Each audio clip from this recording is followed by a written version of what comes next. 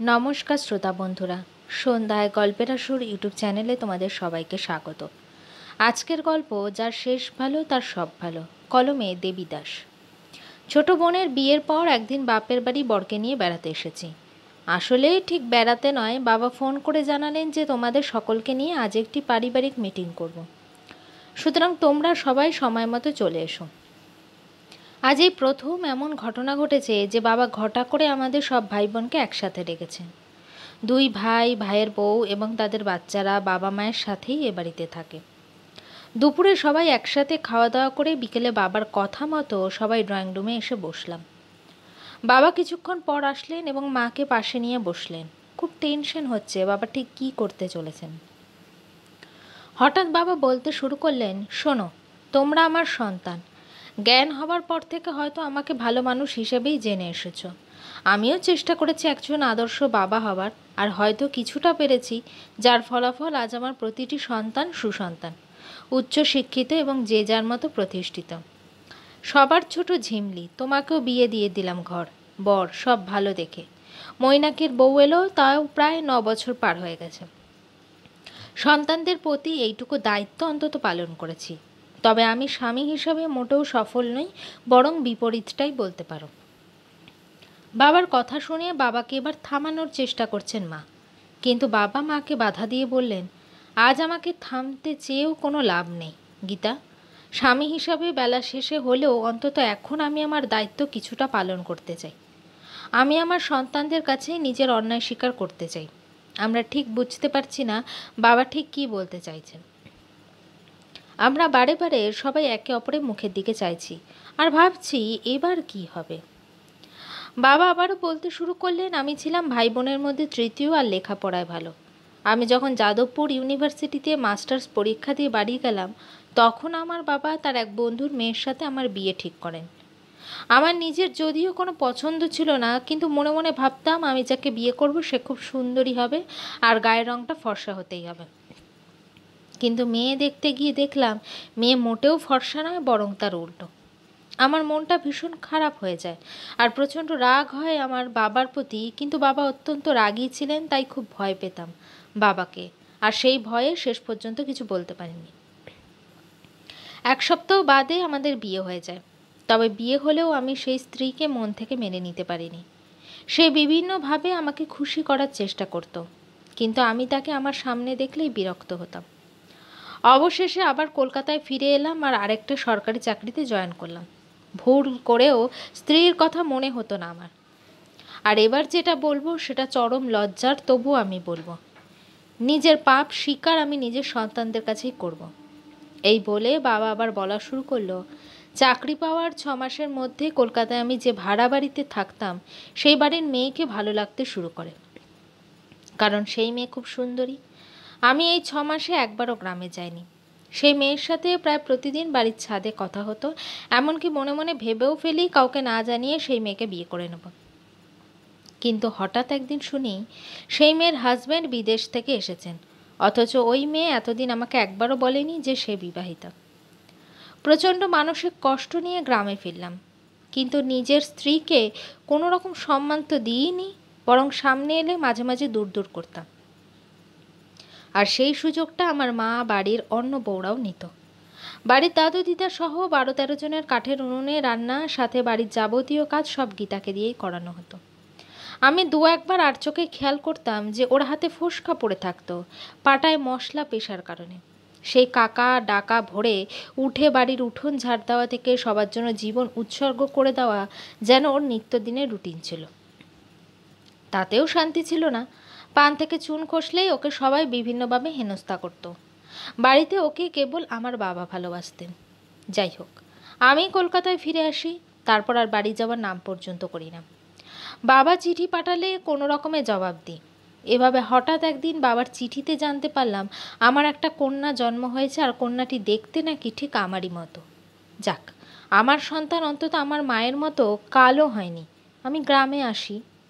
এভাবে একে একে আমার আরও 2টি সন্তান ভূমিষ্ঠ হলো। ততদিনে অবশ্য আগের মতো গীতাকে অপমান না করলেও খুব যে ভালোবাসতাম সেটাও নয়। এর মধ্যে হঠাৎ একবার অ্যাক্সিডেন্ট হয়ে আমার বাম পায়ের হাঁটু ভেঙে যায়। অনেক দিন কলকাতায় ট্রিটমেন্ট করার পর আমাকে গ্রামে নিয়ে আসে। সে সময় গীতা আমাকে যেভাবে সেবা করে, ডাক্তার দেখানো, নিয়ম করে ব্যায়াম করানো, টাইম মতো ওষুধ দেওয়া, আমাকে সুস্থ করে তোলে, তাও পুরো সংসারের দায়িত্ব পালন করার পর। আমি সেই সময় অবাক হয়ে ভাবি, আমি কাকে পেলাম জীবনে? সুন্দর চেহারাই কি সব? রত্ন চিনতে এত সময় লাগলো আমার? একটা সুন্দর মন পারে পুরো পৃথিবীকে আনন্দে ভরিয়ে দিতে। সেই প্রথম বিয়ের 19 বছর পর আমার চোখে ধরা পড়ল পৃথিবীর সব থেকে সুন্দরী রমণী তোমাদের মা। একদিন আমার জন্য অন্য ভাইয়ের বউরা গীতাকে কাজের হুকুম করে। তখন আমি বাধা দিয়ে চিৎকার করে বাড়ির সবাইকে বলি, কেন? আমার স্ত্রী সব কাজ করবে, অন্যদের মতো ও তো এই বাড়ির বউ, ওকে ওর যোগ্য সম্মান সবাইকে দিতে হবে। অদ্ভুত ব্যাপার হলো, ওকে আমি 19টি বছর ধরে এত অপমান করেছি, কষ্ট দিয়েছি, অথচ আমার সামনে তাকে কাঁদতে দেখিনি কখনো। হয়তো ভয়ে, হয়তো লুকিয়ে কেঁদেছে।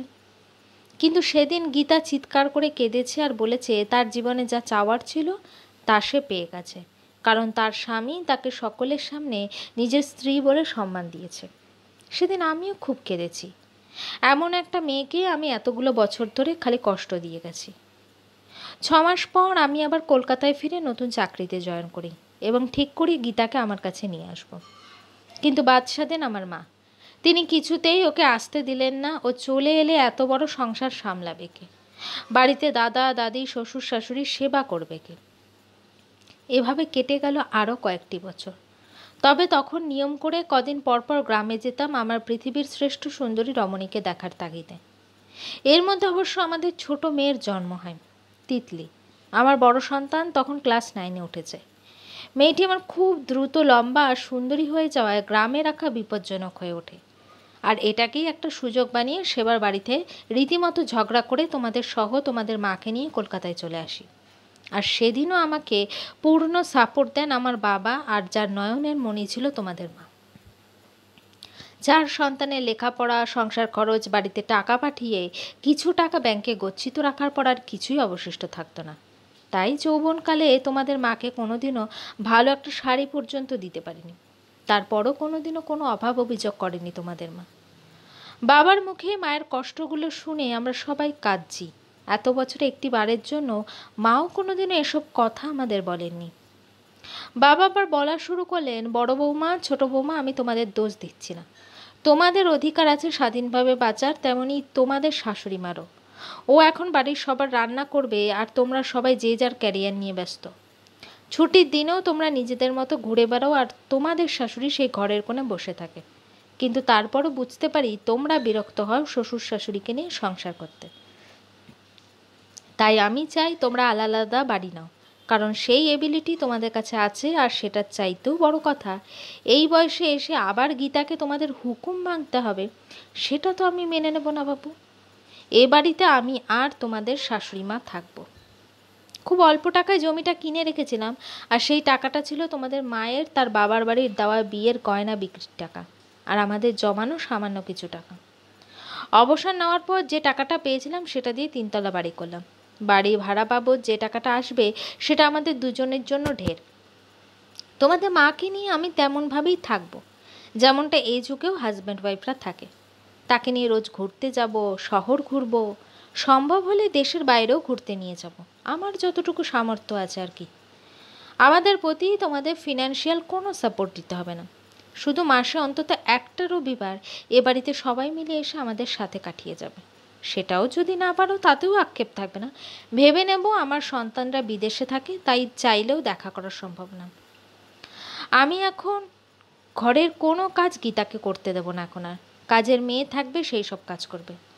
আমরা জীবনের এই শেষ বেলাতে অন্তত একটু ভালো সময় কাটাবো নিজেদের মতন করে। সব শুনে মা বাধা দেওয়ার চেষ্টা করলেন, ভাইরাও বাধা দিতে চাইল, কিন্তু বাবা যেন এবার স্বার্থপর হয়ে গেলেন নিজের স্ত্রীকে নিয়ে আলাদা নিজের মতো থাকার জন্য। আমার মা বাধা দিলেও তার চোখে মুখে কেমন স্বচ্ছ আলো যেন ছুঁয়ে যাচ্ছিল। অনেক বছরে না পাওয়া যেন এক নিমিষেই পেয়ে গেলেন। বাবা আবার বলতে শুরু করলেন, তোমাদের মাকে আমি যেদিন দেখতে যাই আজ হলো সেই বিশেষ দিন, আর তাই আমি তোমাদের মাকে নিয়ে আজ রেস্টুরেন্টে ডিনার করব। এই কথা শুনে মা যেন লজ্জায় তাকাতে পারছেন না কারো দিকে। শুধু মাথা নিচু করে বলছেন, দোহাই তোমার, এই বয়সে এসব কিছু করতে যেও না লক্ষ্মীটি, মানুষ হাসবে, টিটকিরি দেবে। বাবা বললেন, যে হাসার সে হাসবে, হাসলে তো হার্ট ভালো থাকে, তোমার আমার কারণে না হয় কিছু মানুষের হার্ট একটু পাকাপোক্ত হলো। বাবার কথা এবার আমরা আর কেউ হাসি আটকাতে পারলাম না। বাবা আবার বললেন, ঠিক 1 সপ্তাহ পর আমাদের অ্যানিভার্সারি, আমাদের জীবনের এই প্রথমবার আমি আমাদের অ্যানিভার্সারি পালন করব, তা খুব ঘটা করে। তোমাদের কিছুই করতে হবে না, শুধু ওই দিন প্রত্যেকে খুব ছোট্ট করে হলেও আমার গীতার জন্য একটা অ্যানিভার্সারি গিফট নিয়ে আসো। বলেই বাবা বাচ্চাদের মতো কাঁদতে শুরু করলেন, সাথে মাও। তবে এই কান্না আনন্দের, এই কান্না সুখপ্রাপ্তির, এই কান্না বহুদিনের না পাওয়ারই কান্না। গল্পটি কেমন লাগলো অবশ্যই আমাকে কমেন্ট করে জানিও। আর আমার চ্যানেলে গল্পগুলো যদি তোমাদের ভালো লেগে থাকে, চ্যানেলটিকে সাবস্ক্রাইব করে পাশে থেকো।